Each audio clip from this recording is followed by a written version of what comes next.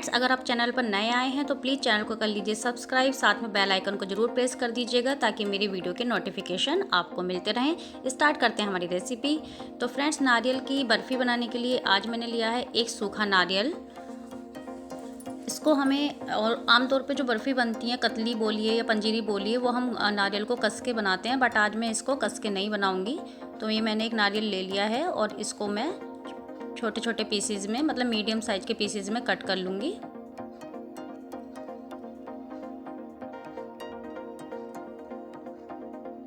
Pieces या तो medium रखिए या स्मॉल रखिए, बहुत बड़े पीसेज मत कीजिएगा।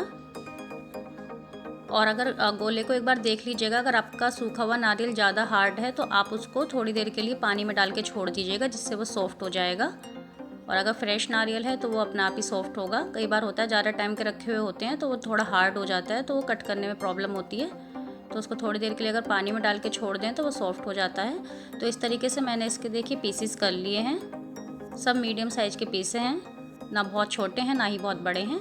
अब हम इनको कद्दूकस नहीं करेंगे जैसे आमतौर पर होता है, हम इनको मिक्सी के जार में डालकर इनको ग्राइंड करेंगे। कद्दूकस करने में बहुत ज़्यादा टाइम लग जाता है कई बार, और हैंड में भी पेन होने लगता है। तो ये बहुत इजी वे है। तो ये देखिए मैंने इसको ग्राइंड कर लिया और जो ये नारियल का बुरादा है वो बन चुका है। अब हम कढ़ाई रखेंगे गैस पर और उसमें अपना नारियल का बुरादा डालेंगे। और इसको हमें अब थोड़ा सा भून लेना है। इसको इतना भूनना है कि इसका एक तो कलर बिल्कुल भी चेंज नहीं होना चाहिए, और दूसरा इसमें से जैसी हल्की हल्की खुशबू आनी शुरू हो जाए तो बस समझ लीजिएगा कि हमारा जो नारियल है वो भुन चुका है। बहुत ज़्यादा इसको भूनने की ज़रूरत नहीं होती है, और अगर आप ज़्यादा इसको भूनेंगे तो इसका कलर चेंज हो जाएगा, जो कि अच्छा नहीं लगेगा। तो ये देखिए ये भुन गया है, ना ही इसका कलर चेंज हुआ है और इसमें से बहुत अच्छी खुशबू आनी शुरू हो गई थी। तो मैंने यहाँ पर गैस कर दी है बंद और मैं इसको अब बर्तन में ट्रांसफ़र कर रही हूँ। अब हमने गैस पर फिर से कढ़ाई रखी है, हम बनाएंगे चाशनी। तो चाशनी के लिए मैंने ली है 1 कटोरी चीनी। 1 कटोरी में 200 ग्राम के आसपास चीनी है, और इसमें हम डाल रहे हैं आधा गिलास पानी। यहाँ पे हम गैस को ऑन कर देंगे। फिर से कढ़ाई मेरी पहले से थोड़ी गर्म थी क्योंकि इसी कढ़ाई में मैंने नारियल को भूना था। अब यहाँ पे हम गैस ऑन कर देंगे और जो गैस का फ्लेम है वो एकदम फुल रखेंगे। थोड़ा थोड़ा बीच बीच में हम इसको चला लेते हैं ताकि जो हमारी चीनी है वो अच्छे से जल्दी से घुल जाए। कई बार मोटी चीनी होती है तो वो घुलने में थोड़ी सी टाइम ले लेती है, इसलिए इसको चलाएंगे अगर तो जल्दी से चीनी घुल जाएगी।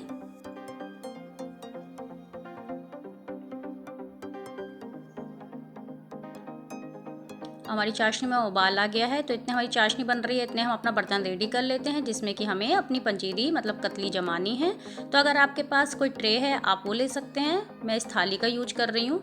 तो इस थाली को मैंने थोड़ा सा देसी घी डाल लिया है और इसको अच्छे से मैं ग्रीस कर दूंगी चारों तरफ से, ताकि जब हम इस अपनी कतली बनाने का मटेरियल डालेंगे तो हमारी कतली इसमें बिल्कुल भी चिपकेगी नहीं और अच्छे से वो निकल आएगी ठंडी होने के बाद। तो इसको अच्छे से हमें चारों तरफ ऊपर किनारे तक पूरी अच्छे से ग्रीस कर देना है।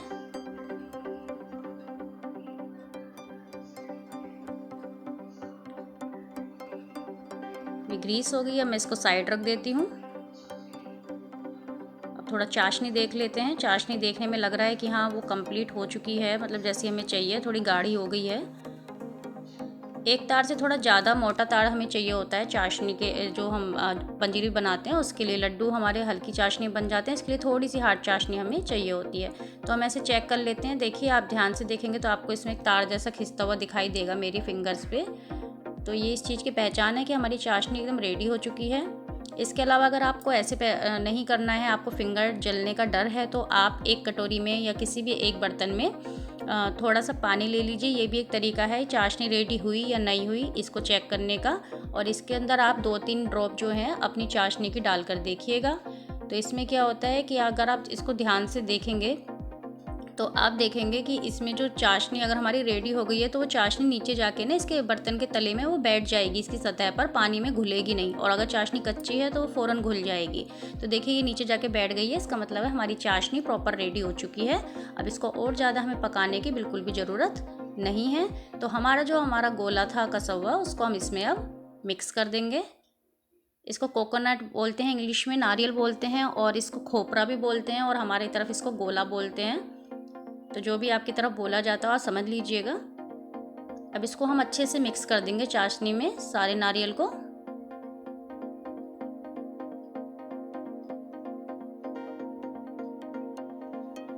अब देखिए ये अच्छे से सारा जो हमारी चाशनी में मिक्स हो चुका है। अब हम इसको जो हम अपनी थाली रेडी की थी ग्रीस करके, उसके अंदर इस सारे मटेरियल को हमें निकाल लेना है।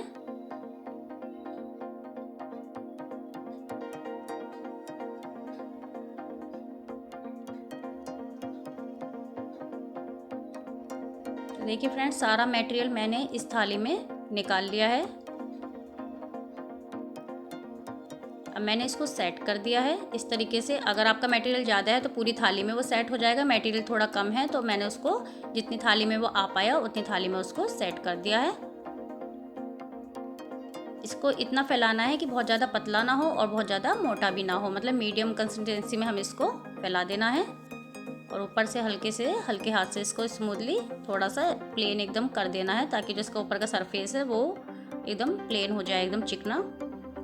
तो फ्रेंड्स, इसको मैंने रखा आधे घंटे के लिए, और आधे घंटे के बाद मैंने इसको देखा तो ये सही हो चुकी थी, एकदम हार्डनेस इसमें आ गई है जैसे कि कतली में होनी चाहिए। तो अब यहाँ पे हम इसको कट कर रहे हैं। कट करने के लिए आप बड़े छोटे मीडियम साइज़ के पीस में जैसे भी आपको पसंद हो आप वैसे कर सकते हैं, स्क्वायर या रेक्टेंगुलर जैसा भी आपको खाने का मन हो। तो आप देख सकते हैं काटने से ही पता चल रहा है कि हमारी जो पंजीरी है, मतलब कतली, एकदम सेट हो चुकी है, एकदम अच्छे से वो जमी है। तो इस तरीके से हमें सारे पीसेस को कट कर लेना है।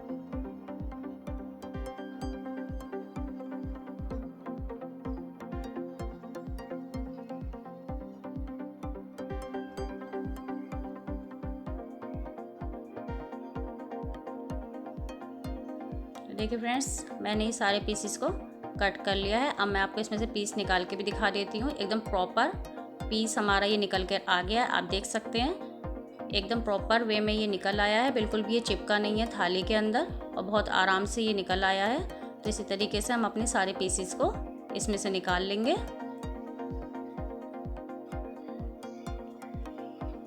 और हमारी जो कतली है वो एकदम परफेक्ट रेडी हो गई है, एकदम से अच्छे से वो जमी है। तो अब हम इसको सारे को दूसरे बर्तन में ट्रांसफ़र कर लेते हैं। जन्माष्टमी पे ये मेन रूप से बनने वाली एक होम हैंडमेड मिठाई है जिसको हर घर में बनाया जाता है। हमारी साइड तो ये हर घर में बनती है, नारियल की कतली।